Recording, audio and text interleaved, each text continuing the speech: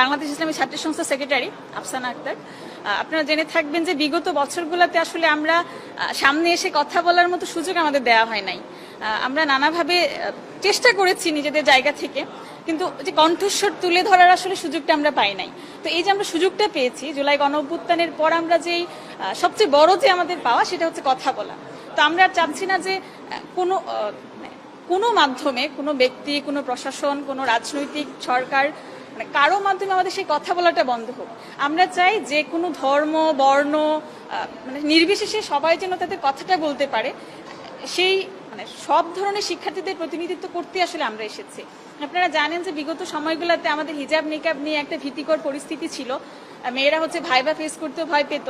তো সেই জায়গায় যখন আমার এই ড্রেসে কেউ দেখবে যে আমি কেন্দ্রীয় ছাত্র সংসদে প্রতিনিধিত্ব করছি, আমার মনে হয় যে সেটা মেয়েদেরকে সাহস যোগাবে, যে তারা আসলে মানে সাহস পাবে যে না, আমি হচ্ছে আমার ড্রেস, আমার রুচি, আমার পছন্দ, সেটা আসলে আমার চলার পথে কোনো বাধা হবে না।